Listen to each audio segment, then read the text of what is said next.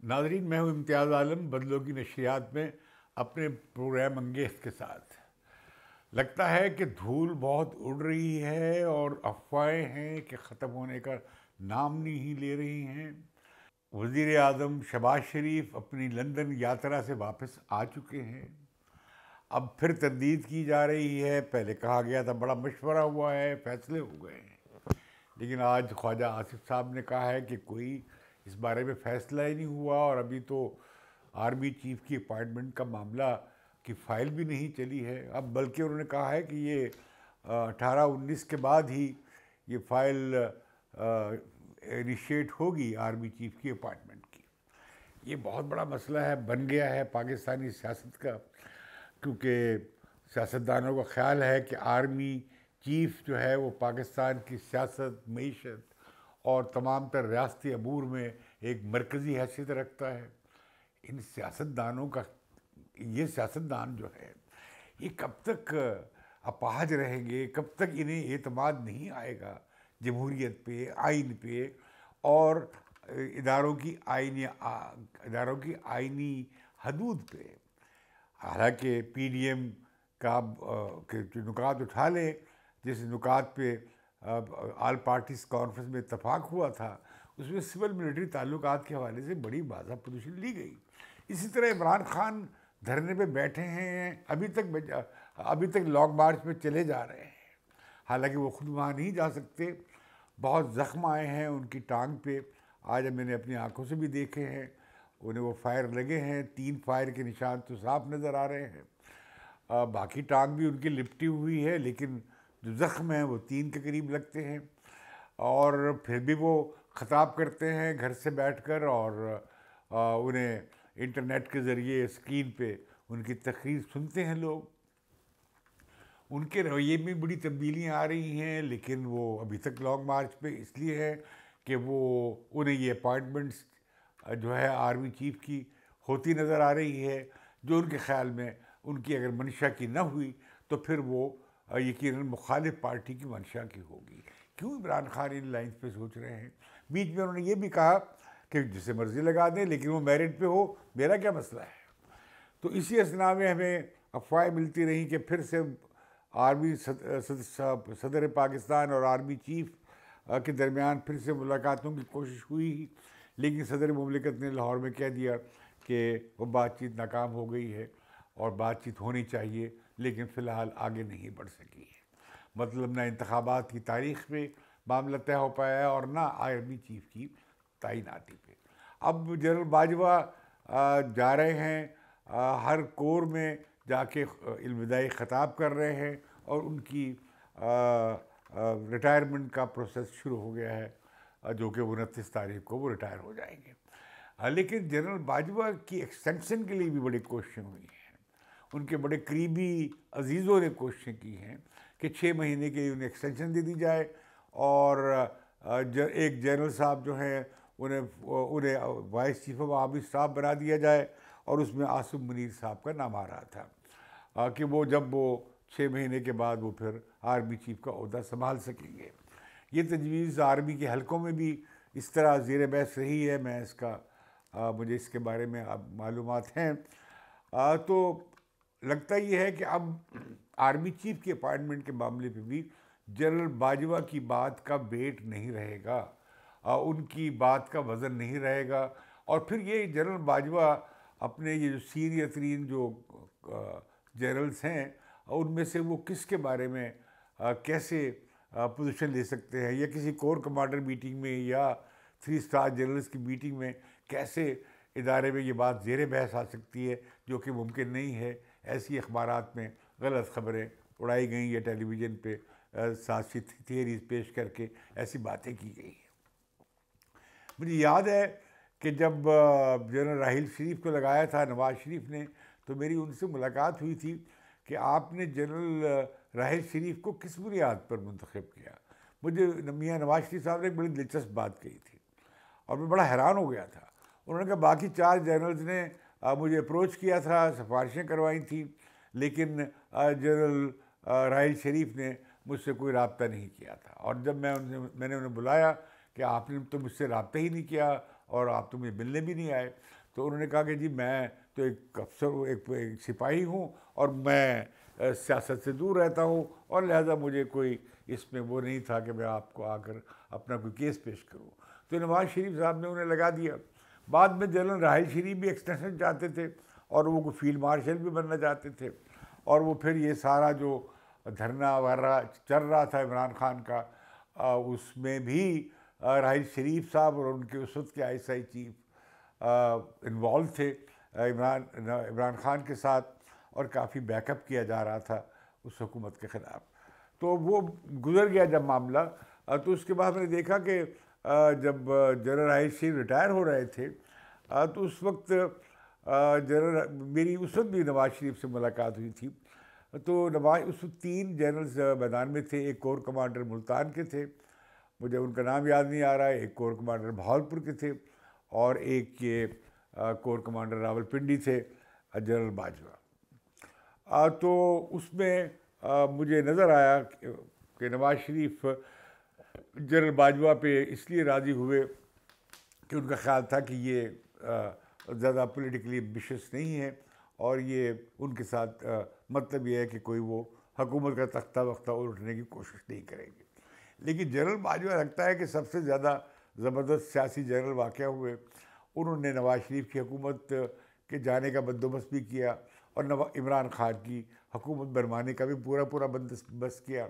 پھر جب عمران خان کی حکومت جا رہی تھی اور عدم اعتماد کا ووٹ آیا, تو 3.5 سال تک انہیں بیساکھیوں کا سہارا دینے کے بعد انہوں نے وہ بیساکھیاں ان سے کھینچ دی. تو لہذا بہت سرپٹائے عمران خان جنرل باجوہ کے خلاف. انہوں نے ہر طرح کی الزام بازی اور غلط القابات سے انہیں نوازتے رہے. تو اب معاملہ آ گیا کہ اب تو یہ ایک بات تو یہ ہے کہ عمران خان جس کام کے لیے لانگ مارچ پہ چلے تھے وہ گیم ان کے ہاتھ سے نکل گئی ہے. دوسری بات یہ ہے کہ حکومت بہت پریشر میں آ گئی ہے. اور تیسری بات یہ ہے کہ ادارہ بھی نہیں چاہتا کہ کوئی انتخاب کے حوالے سے, نئے آرمی چیف کے انتخاب کے حوالے سے کوئی پبلک کنٹروورسی بنے. یہ مسئلہ بہت بڑا بن گیا ہے کہ کہیں نئے آرمی چیف کے بننے سے پہلے ہی یا نامینیشن ہوتے ہی کہیں اس پر سیاسی بحث مباحثہ یا اختلاف رائے نہ شروع ہو جائے. لیکن مجھے لگتا ہے کہ اس میں اب بہت سے امیدوار سامنے آ رہے ہیں, جس میں نمبر 1 تو سینیورٹی کے حوالے سے, اور اپنی عاصم منیر صاحب کا نام لیا جا رہا ہے کہ وہ بہت ان کی جس طرح کی سارا کیریئر رہا ہے, اور پھر یہ کہ سینئر سب سے ہیں. اسی طرح طاہر شمشاد مرزا صاحب ہیں جو کور کمانڈر ہیں راولپنڈی کے, وہ بڑے ہی پروفیشنل سولجر ہیں. اور پھر یہ محمد عامر صاحب ہیں, ان کا نام بھی زیر غور آیا ہے کچھ حلقوں میں. اور پھر جنرل اظہر ہیں جو چیف آف جنرل سٹاف ہیں. اس کے علاوہ جنرل نعمان محمود بھی ہیں. تو ان 4-5 لوگوں میں سے انتخاب کرنا ہے. اب زیادہ تر کنٹروورسی جو تھی وہ جنرل فیض کے نام پہ تھی, وہ اس دور سے نکل گئے ہیں. تو اب معاملہ آ جاتا ہے کہ 3 جنرلز میں سے فیصلہ ہوگا. ایک جنرل عاصم منیر ہیں, اور پھر طاہر شمشاد مرزا ہیں, اور جنرل اظہر ہیں. تو اس میں سے انتخاب ہوگا. ایک chairman joint chief of staff committee بن جائے گا, اور ایک آرمی چیف بن جائے گا.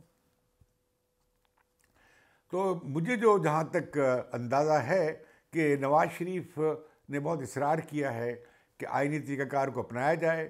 اس میں پرائم منسٹر کا اختیار ہے, اور یہ کہ سینیورٹی کے پرنسپل کو, جو کہ ماضی میں نواز شریف نے نہیں مانتے رہے ہیں.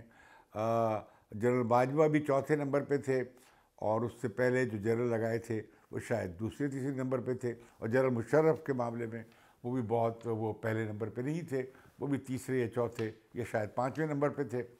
انہیں لگایا گیا تھا. لیکن اس بار لگتا ہے کہ حکومت کے ہاتھ بھی بند گئے ہیں. اور دوسری بات یہ کہ ادارے کا فیصلہ ہے کہ وہ غیر سیاسی رہے, اور یہ کہ اس کی انسٹیٹیوشنل جو کریڈیبلٹی ہے وہ بحال ہو.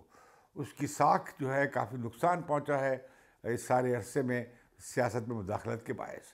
لہذا اس میں جو سب سے زیادہ جو جنرل ہیں جو غیر سیاسی ہیں اور سیاست سے دور رہنا چاہتے ہیں, جس کی وجہ سے وہ ان کے لیے مسائل بھی بنے, وہ جنرل عاصم منیر ہیں، جو کہ قطعی طور پہ سیاست میں سے فوج کو ملوث نہیں کرنا چاہتے۔ پھر سوال یہ آئے گا کہ کس کی لیگیسی چلے؟ کیا جنرل باجوہ کی لیگیسی ایسی ہے کہ جو آرمی میں چلے؟ اور جنرل باجوہ سیاست میں بہت ملوث پائے گئے ہیں، تو لہٰذا لگتا مجھے یہی ہے کہ جنرل عاصم منیر جو ہے وہ ان کے لیے زیادہ امکان بنتا ہے اس حساب سے، کریڈیبلٹی کے حساب سے اور پرائرٹی کے حساب سے، سینیورٹی کے حساب سے، اور وہ ایک انڈیپینڈنٹلی آرمی کو غیر سیاسی سمت میں لے جا سکتے ہیں۔ جنرل ساحر شمشاد بہت قریب سمجھے جاتے ہیں جنرل باجوہ کے، اور جنرل اظہر کے بارے میں خیال ہے کہ وہ کافی کمپیٹنٹ بھی ہیں اور چیف آف جنرل اسٹاف ہے۔ تو میں سمجھتا ہوں کہ ان میں سے کوئی بھی آ جائے تو کوئی ایسا بڑا اختلاف رائے نہیں بنے گا، کیونکہ ان میں سے تین میں سے ایک کو تو chairman joint chief of staff committee بننا ہے اور ایک کو بننا ہے آرمی چیف۔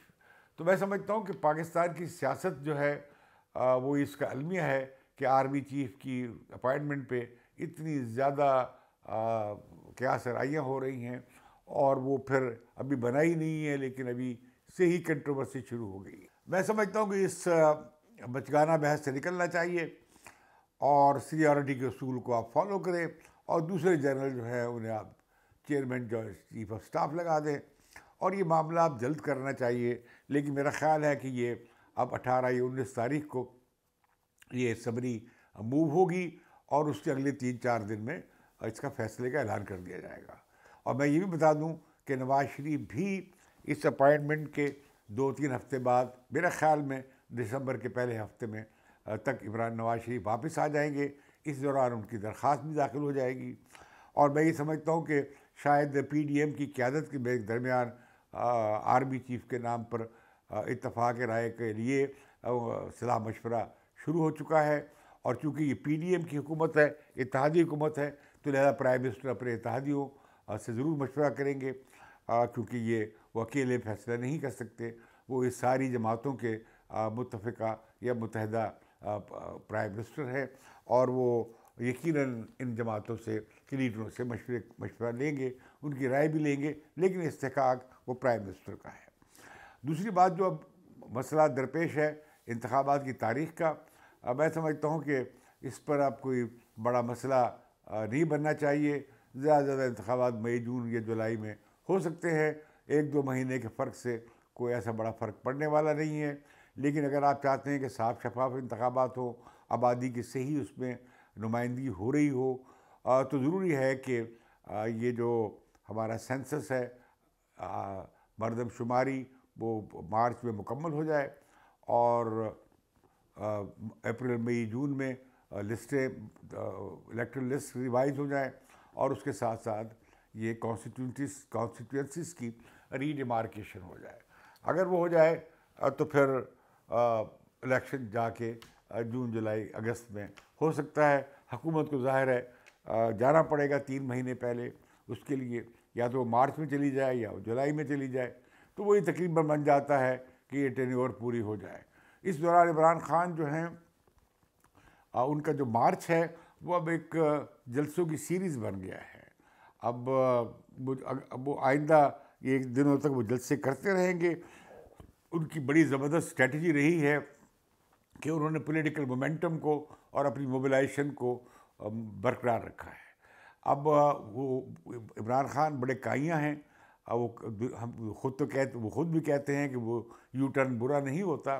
ابھی انہوں نے یہ کہہ دیا ہے کہ امریکہ سے جو ان کا اختلاف بنا تھا، وہ یا امریکہ نے جو سازش کی تھی، وہ معاملہ اب ماضی کا ہوا، اور وہ چاہیں گے کہ جب ان کی حکومت بنے تو وہ امریکہ کے ساتھ پاکستان کے تعلقات کو بہتر بنائیں۔ وہ ابھی یہ کہے جا رہے ہیں کہ فوج ملک کی ترقی میں اس کا بڑا اہم کردار ہوگا، ملکی امور چلانے کے لیے، تو اسے ساتھ لے کر چلنا چاہیں گے، لیکن ان کا اصرار ہے کہ یہ کام نہیں ہو سکتا کہ عہدہ تو وزیر اعظم کا ایک شخص کے پاس ہو، اختیار کسی اور کے پاس ہو، غیر منتخب شخص کے پاس۔ ان کا اشارہ یہی ہے کہ آرمی چیف کے پاس پاکستان کے فیصلے کرنے کا اختیار نہ ہو، بلکہ پرائم منسٹر کے پاس ہو۔ لیکن عمران خان جو رستہ اختیار کر رہے ہیں وہ ساری سیاسی قوتوں سے مخاصمت کا، سب کو کہہ رہے ہیں یہ کرپٹ ہے، سب کو کہتے ہیں یہ مافیاز ہیں. مجھے بتائیں اس میں ملک کی بہت بے شمار پارٹیز ہیں. اس میں بی این پی بلوچستان بھی ہے اختر مینگل کی، اس میں بلوچستان کی اور نیشنلسٹ پارٹیز بھی ہیں، پختونخوا بلی وائی پارٹی بھی ہے، اس میں جمعیت علماء اسلام بھی ہے، اس میں اے این پی بھی ہے، اس میں پیپلز پارٹی بھی ہے، اس میں غرض کو 13 پارٹیاں ہیں جو کہ اس کولیشن کی میں شامل ہیں. 12 پارٹیز ہیں جو اس کولیشن میں شامل ہیں. حالانکہ پیپلز پارٹی پی ڈی ایم کی باقاعدہ رکن نہیں ہے، نہ ہی اے این پی اس وقت پی ڈی ایم کی رکن ہے، لیکن یہ سب پارٹیاں مل کر ایک کولیشن گورنمنٹ میں شامل ہیں. تو لہذا عمران خان اپنے آپ کو کیوں سب پولیٹیکلی ہر ایک کو اٹیک کر کے کیا کرنا چاہ رہے ہیں؟ وہ سیاسی قوتوں کو کمزور کرنا چاہتے ہیں کہ اس لیے کہ ان کو اگر مخالفین کو کمزور کریں گے تو وہ کمزور ہوں گے. لیکن میں عمران خان کو کہنا چاہتا ہوں کہ سیاسی قوتوں کو کمزور کرنے سے وہ خود بھی مضبوط نہیں ہوں گے. سیاسی قوتیں مضبوط ہوں گی مجموعی طور پر تو پھر پاکستان میں صحیح جمہوری نظام آ سکے گا. وہ بات تو قانون کی حکمرانی کی کر رہے ہیں، وہ بات کہہ رہے ہیں جمہوریت کی فتح ہونی چاہیے مکمل، لیکن جمہوریت کی فتح کے لیے ضروری ہے کہ ہماری پولیٹیکل کلاس جمہوری رویہ اختیار کرے. عمران خان بھی جمہوری رویہ اختیار کرے. اور عمران خان کو سیاست سے نکالنے کی جو کوششیں ہیں ان پر حملہ کرایا یا جس نے بھی کیا وہ ایک اچھی ایک بہت خوفناک بات تھی، قابل مذمت تھی. اور یہ کہ عمران خان کو آپ کسی ہیلے بہانے سے ڈسکوالیفائی کرا دیں جس طرح نواز شریف کو کیا گیا تھا، وہ بھی ٹھیک نہیں ہے. سیاست میں یہ ڈسٹارشن ختم کرنی چاہیے اور یہ کہ rules of the game politicians کو طے کرنے چاہیے. ہمارے یہاں گراؤنڈ رول ہی نہیں ہے. تو اس لیے میں سمجھتا ہوں کہ عمران خان کو سے میں امید کر سکتا ہوں کہ ان میں فلیکسیبلٹی ہے، وہ اپنی پوزیشن ریجڈ چینج کرتے ہیں. یہ ایک اچھی کوالٹی ہے، بری کوالٹی میں ایسے نہیں سمجھتا ہوں. تو وہ سوچے کہ اسمبلی میں باہر واپس جائیں وہاں پہ تاکہ انتخابی اصلاحات ہو سکیں، الیکشن کمیشن کے معاملات بھی طے ہو سکیں اور آئندہ انتخابات کے لیے ضوابط و طریقہ کار طے ہو سکے اور ایک صاف اور شفاف انتخابات کی بنیاد رکھی جا سکے. اس کے علاوہ معاملات ہیں جو ملک کو درپیش ہیں وہ بھی اسی اسمبلی کے سامنے لائے جائیں، کیونکہ ہم دیکھتے ہیں کہ ابھی آئی ایم ایف کا پروگرام جو ہے کے تحت ہی اگلا بجٹ بھی بننا ہے. آیا اگلا بجٹ یہ بنائے گی کیئر ٹیکر گورنمنٹ یا یہی گورنمنٹ؟ تو یہ بھی ایک بڑا مسئلہ ہے، اس حکومت کے لیے مسئلہ ہوگا کیونکہ اگلا بجٹ بھی سخت بجٹ ہوگا. تو غالباً یہ لوگ بھی تیار ہو جائیں گے کہ پہلے ہی کافی بوجھ ان پر سیاسی طور پہ آ گیا ہے کہ مہنگائی کے حوالے سے یا آئی ایم ایف کی شرائط کے پر عمل کرنے کے حوالے سے، تو یہ بھی تیار ہوں شاید کہ مئی میں کیئر ٹیکر گورنمنٹ آ جائے. اگر مئی میں آتی ہے یا جون میں آتی ہے تو پھر بھی الیکشن اگست سپٹمبر میں چلے جائیں گے. تو یہ عمران خان اپنی سیاسی موبلائزیشن جاری رکھیں لیکن اپنے کسی پروگرام کے ساتھ سامنے آئے. وہ کیا چاہتے ہیں، تبدیلی کیا لانا چاہتے ہیں، کیا لوگوں کے لیے کیا کرنا چاہتے ہیں، ان کے خود جمہوری سوالات پہ اور بنیادی آئینی معاملات پہ کیا موقف ہے، وہ انسانی حقوق کے بارے میں کیا کہتے ہیں، خواتین کے حقوق کے بارے میں کیا کہتے ہیں، وہ جمہوریت میں اس بے اختلاف کے کردار کے بارے میں کیا کہتے ہیں، اقلیتوں کے بارے میں، یہ سارے معاملات پہ ان کا موقف سامنے آنا چاہیے. اور مجھے اجازت دیجیے بدلوں کی نشریات سے امید ہے کہ 19 تاریخ کو یہ سمری یہ جو ہے نئے آرمی چیف کے لیے نام تجویز ہو چکے ہوں گے اور وہ اگلے 3-4 دن میں ہم دیکھیں گے کہ کون سا آرمی چیف. لگتا ہے میرا اصرار تو یہی ہے کہ آپ سینیورٹی کے اصول کو فالو کریں. اس سے یہ کنٹروورسی آئندہ کے لیے بھی ختم ہو جائے گی، جس طرح کہ سپریم کورٹ کا سینئر ترین جج چیف جسٹس بن جاتا ہے. مجھے اجازت دیجیے، بدلوں کی نشریات کو سبسکرائب کیجیے.